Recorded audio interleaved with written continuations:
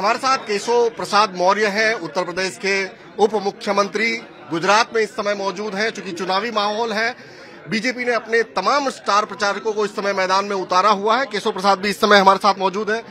Sir, चूंकि 27 साल शासन में है, सवाल तो उठ रहे हैं काफी कुछ, चाहे वो आप पार्टी की ओर से चाहे कांग्रेस की ओर से है।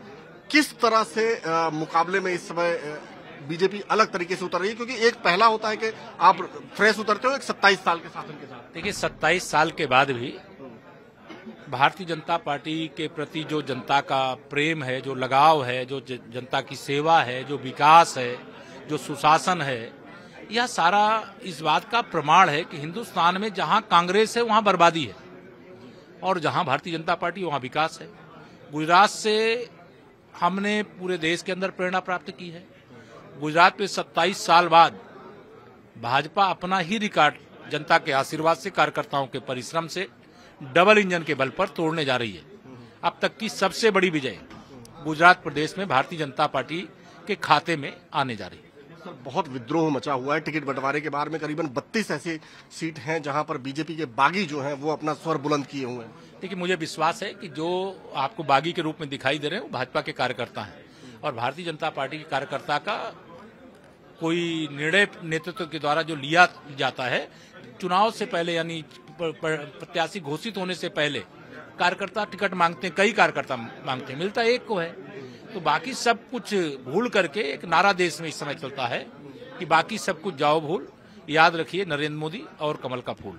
नरेंद्र मोदी से ही याद आया, कल स्टेडियम के नाम बदलने को लेकर बात हुई और मधुसूदन मिस्त्री ने कहा कि हम उनकी औकात दिखाना चाहते। देखिए, मैं नहीं जानता, आदरणीय मधुसूदन जी ने कांग्रेस के एक जिम्मेदार नेता हैं, उन्होंने माननीय मोदी जी के प्रति इस प्रकार का भाव दिखाने से पहले अपनी जो नेता हैं श्रीमती सोनिया गांधी जी को, श्री राहुल गांधी जी को, श्रीमती प्रियंका वाड्रा जी को, सबको लेकर के जाते भारत रत्न सरदार वल्लभ भाई पटेल की उस विश्व की सबसे ऊंची प्रतिमा के जाके दर्शन कराते, तब इस प्रकार के सवाल उठाते।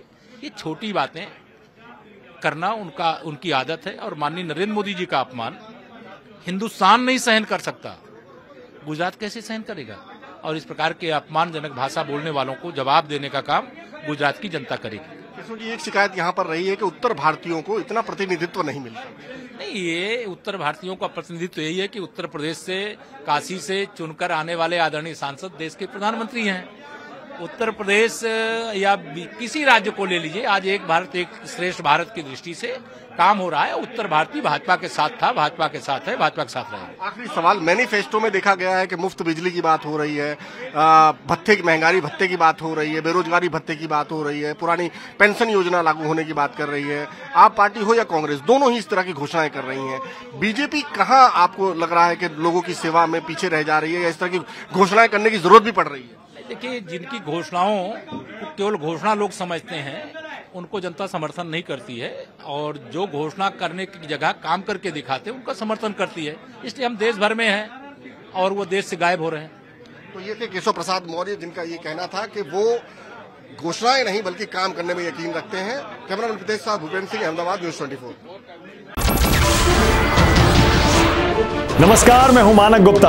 अगर आपको हमारा ये वीडियो पसंद आया हो तो इसे लाइक और शेयर जरूर करें और हाँ, हमें सब्सक्राइब और फॉलो करना ना भूलें ताकि आप देश और दुनिया की कोई खबर मिस ना करें। तो जुड़े रहिए हमारे साथ और देखते रहिए न्यूज़ 24।